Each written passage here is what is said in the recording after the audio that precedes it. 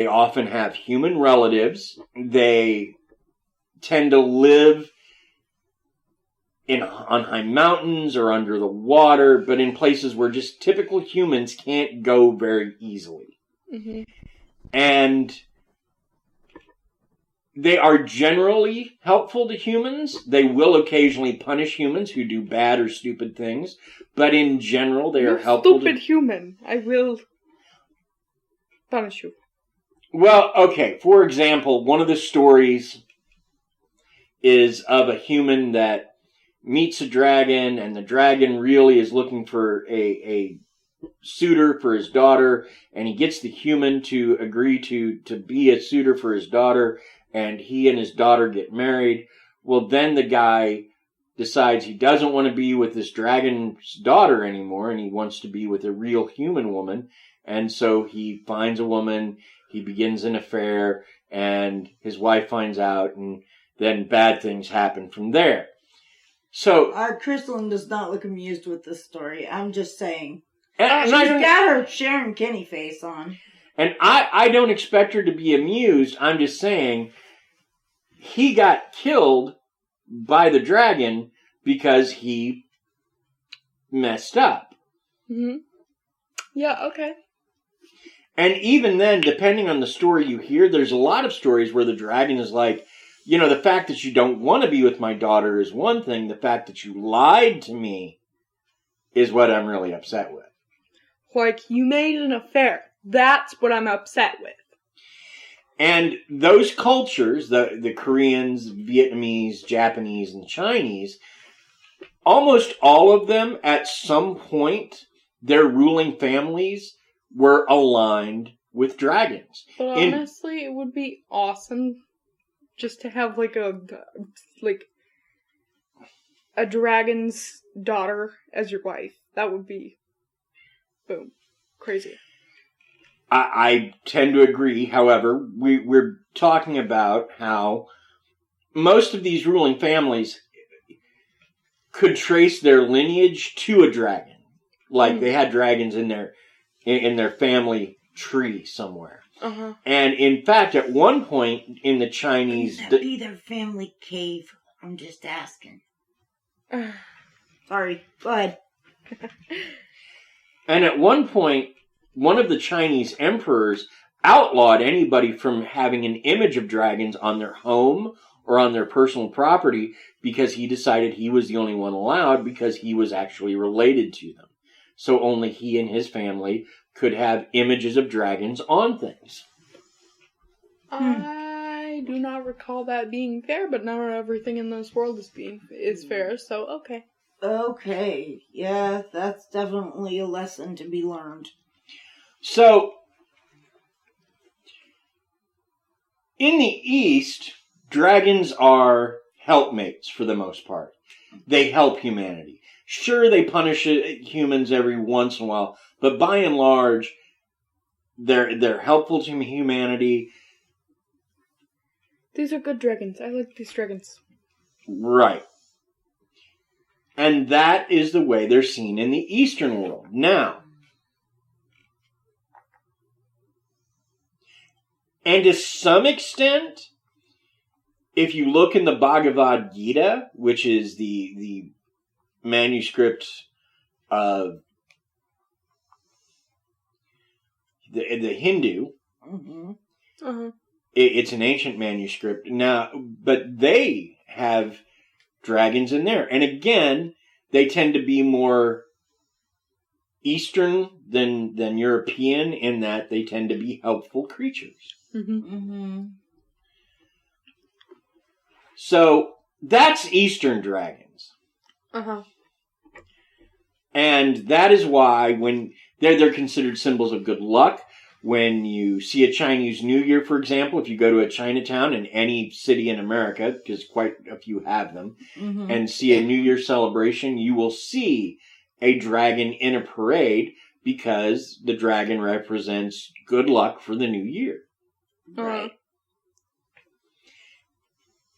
And fireworks are supposedly the echoes of dragon fire. That's how the Chinese saw them. And in fact, depending on who's telling the story, there are stories supposedly from China that the dragons gave pyrotechnics to mankind. So, again, Right. with Eastern dragons, we're dealing with revered ancestors and powerful spirits that help the people of that world. Right. Now, we're going to cross over to European dragons, which don't work that way. But we're going to do that right after these words from our sponsor.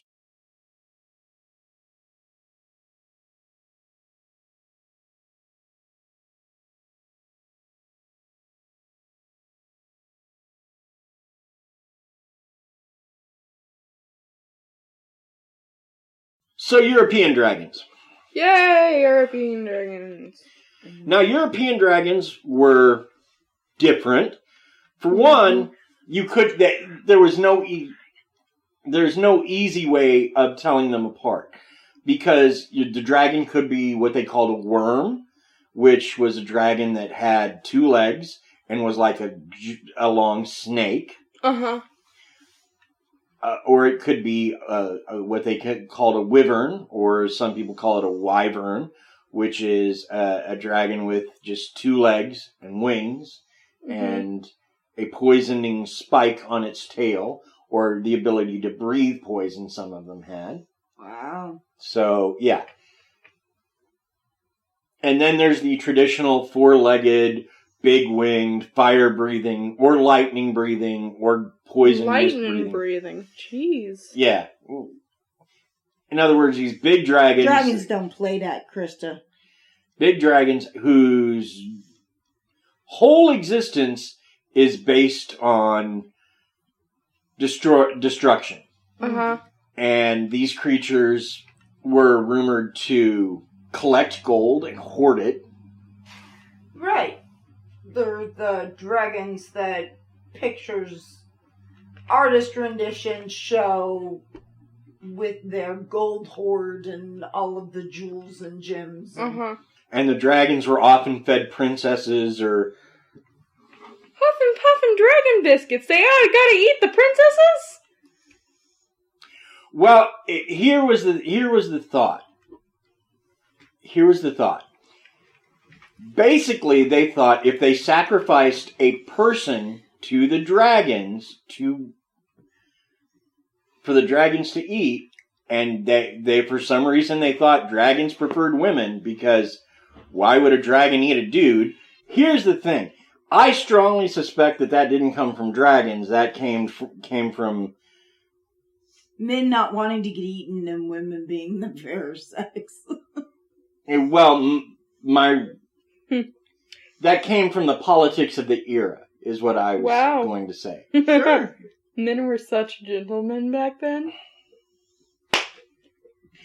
Now, these dragons tend to be the famous ones because they're the ones that Smaug, for example, from the Lord of the Rings series, was based off that type of dragon, yes.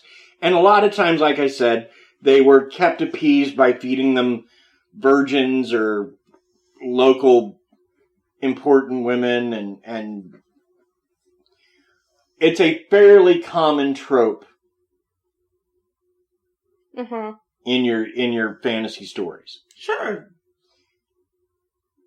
These dragons were not helpful, and in fact they were almost always hurtful.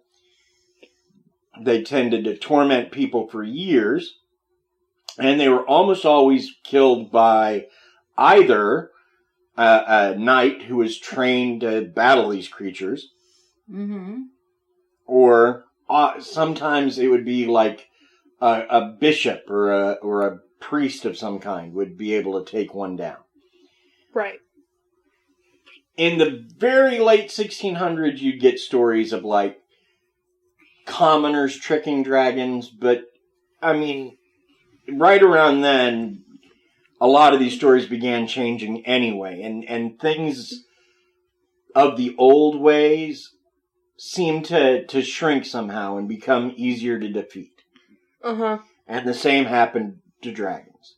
Well, that makes since probably just because of how the world was starting to work, where people were starting to understand more things, and we were entering more into like scientific areas, and science was just beginning. Right. My honest opinion is Christianity had a lot to do with it as well. Probably. Because the Christians wanted no truck with dealing with people who were afraid of dragons. And so, and that's another thing, is that in the Bible, there is a dragon. Right. There is a character named Leviathan. And Leviathan is a demon or a devil that looks like a dragon. Right. And so... water serpent type of thing, right? Right. A lot of people in that time period wanted the dragon to be a devil. Right. And that's... In fact, we've talked a little bit about this when we talked about Vlad the Impaler. Vlad Dracul, because Dracul means dragon or devil. It's the same thing. Oh, yeah.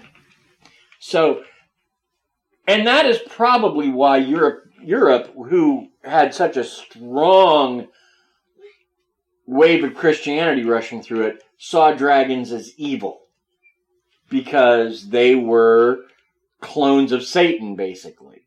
And so when stories were told of these dragons, there wasn't any way an English clergy or a European clergy person was going to see that as anything less than the attack on Christian values by a satanic beast. Fair enough. Right. So, those were European dragons. Now,